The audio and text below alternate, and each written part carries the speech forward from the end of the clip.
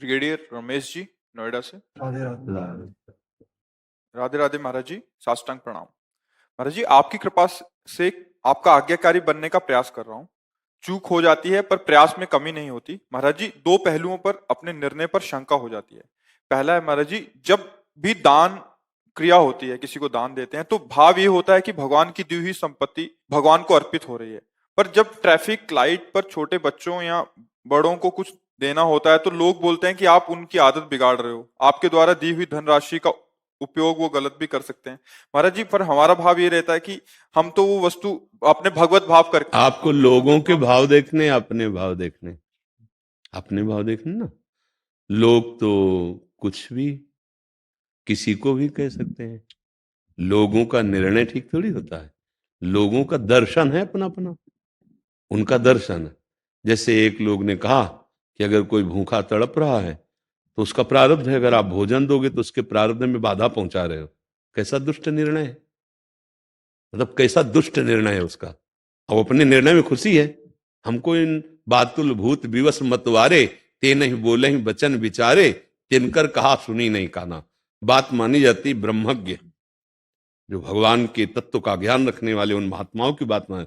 ऐसे थोड़ी मूढ़ आदमी जो अपनी वासनाओं में घूम रहा है उसकी बातें, उसकी सलाह ये थोड़ी माननी होती। ऐसा नहीं। कोई भूखा है, प्यासा है, किसी बच्चे की फीस भर दी है, कोई बीमार है उसकी औषधि के लिए पैसा दे दिया। आप सरकारी आदमी रहे, आपको पेंशन मिल रही, आप उसका सदुपयोग करें, आनंदित रहिए, किसी ऐसी बातों में नहीं फंसते। दूसरी बात महाराज जी, दूसरा पहलू है कि पूजा की सामग्री जैसे फूल वस्त्र आदि का विसर्जन के बारे में है। यमुना मैया और नदियों में निषेध है, इसलिए हम इस सामग्री को सुरक्षित स्थान पर मिट्टी खोदकर छोटे से। बहुत सुंदर। हाँ, पर वो ऐसी जगह नहीं कि सबके पैर पड़े। जैसे यमुना जी के ऐसे किनारे पहुंच जाइए और वहीं मान लो आपको जल में नहीं डालना, एक हाथ दूर ऐसे खोद दिया अच्छे से और ऐसे करके ऊपर से यमुना जल छिड़क दिया, प्रणाम। अब जब यमुना जी की बाढ़ आएगी तो सबसे हो जाएगा। भाई जी, पार्क में जैसे पार्क होते हैं ना घर के पास, नहीं नहीं, हम पार्कों के लिए नहीं कहेंगे। नहीं नहीं, पार्क कोई सुरक्षित स्थान होते हैं, वहां सब घूमते फिरते हैं ना। तो यमुना का पावन तट है, तो हम यमुना के पावन तट या गंगा के पावन तट या किसी विशाल पवित्र सरोवर के तट पर हम खोद करके और अंदर डाल देते हैं और प्रणाम कर लेते हैं। अब उसके ऊपर कोई चले हमारी बात, हम तो उनको पावन जगह पर। पार्क कोई घूमने फिरने का स्थान हो, कोई तीर्थ नहीं है, वो कोई पावन नहीं है। भगवत प्रसादियों को एकत्रित करते रहो, और जब कभी वृंदावन आना हो या कहीं भी आना हो, बहुत दूर दूर तक यमुना जी की खाली रेत पड़ी है, दो हाथ रेत ऐसे करी, लकड़ी से ही कर ले और फिर विराजमान करके ऊपर से कर ले, बढ़िया रहेगा, ठीक रहेगा ना। हाँ, पार्क है या पीपल के वृक्ष के नीचे ऐसे कहीं पधरा दिए, कुत्ते मूतते हैं या फिर वहां ऐसा, तो हमारे भगवान की प्रसादी, उसको सम्मान से रखिए। कोई पवित्र सरोवर है, झील है, नदी है, ऐसे स्थानों का चयन किया जाता है। जैसे कोई खंडित मूर्ति है या कुछ ऐसा ना, तो ऐसे ऐसे किया और अंदर विराजमान करके ऊपर से रस डाल के प्रणाम किया, चल लिए, ऐसे कर देते हैं। हरि की प्राप्ति कब और कैसे होगी? अब कब ये तो हरि जानते हैं, क्योंकि उनको मिलना है, लेकिन कैसे होगी ये हम जानते हैं, गुरु प्रताप से, ये हम जानते हैं। जिसने सर्वतो भावेन, एक भरोसो, एक बल, एक आस, विश्वास, एक राम घन श्याम हित, चातक तुलसीदास। इसका एक भरोसा, एक ही आशा, केवल अब भगवान से मिलना है।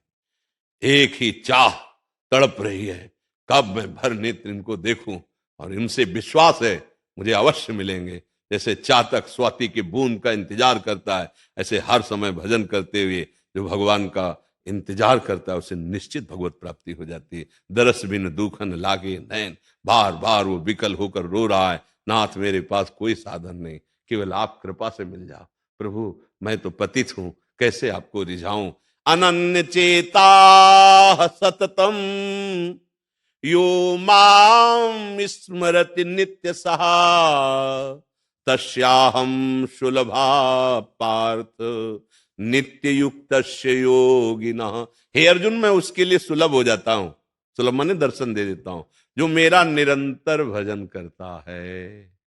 बारी मथे घृत हो ये बरु, सिकताते बरुतेल, बिनु हरि भजन न भवतरिय, यह सिद्धांत अपेल।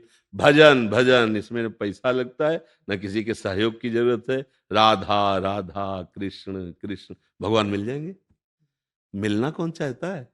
अब अंदर से देखो, इतनी चाहते अन्य है कि भगवान से, जिस समय भगवान से मिलने की चाह होगी उस समय कुछ अच्छा नहीं लगता।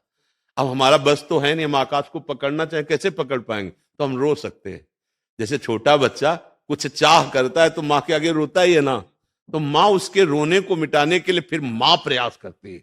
ऐसे ही हमारे प्रभु जब हमें देखते हैं, रुदु सुश्रम राजन कृष्ण दर्शन लालसा, ये रो रहा है मेरे मिलने के लिए, फिर वो इतने करुणामय है कि वो उसको अनुभव करा देते हैं।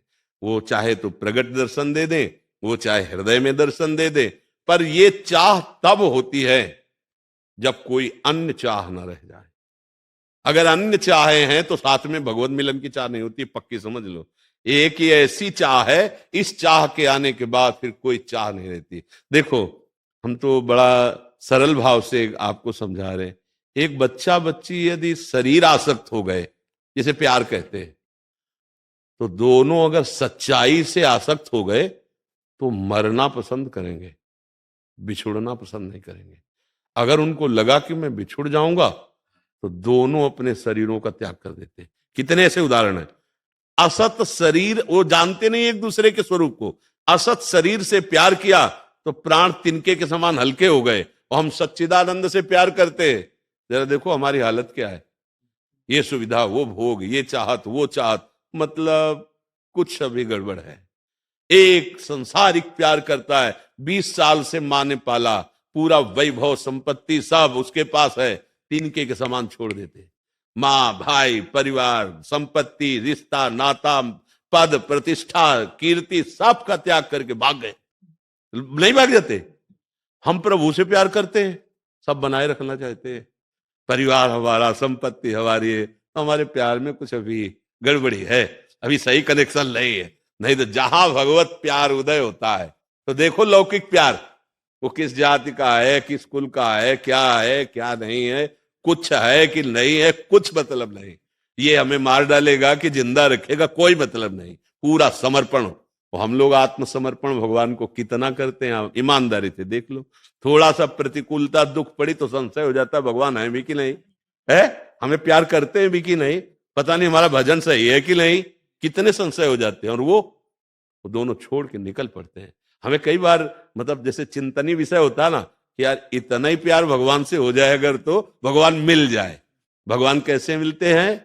प्रेम से मिलते हैं। प्रेम कैसे प्रकट होता है? भजन से प्रकट होता है। भजन में किसी के सहयोग की जरूरत नहीं, न रुपए की, न व्यक्ति की, न वस्तु की। हाँ, अपने सहयोग की जरूरत है। राधा राधा अपने को बोलना है, राधा राधा कृष्ण कृष्ण राम हरि। जो गुरुदेव ने नाम दिया, खूब नाम जप करो, निश्चित भगवत प्राप्ति हो जाएगी। ठीक है।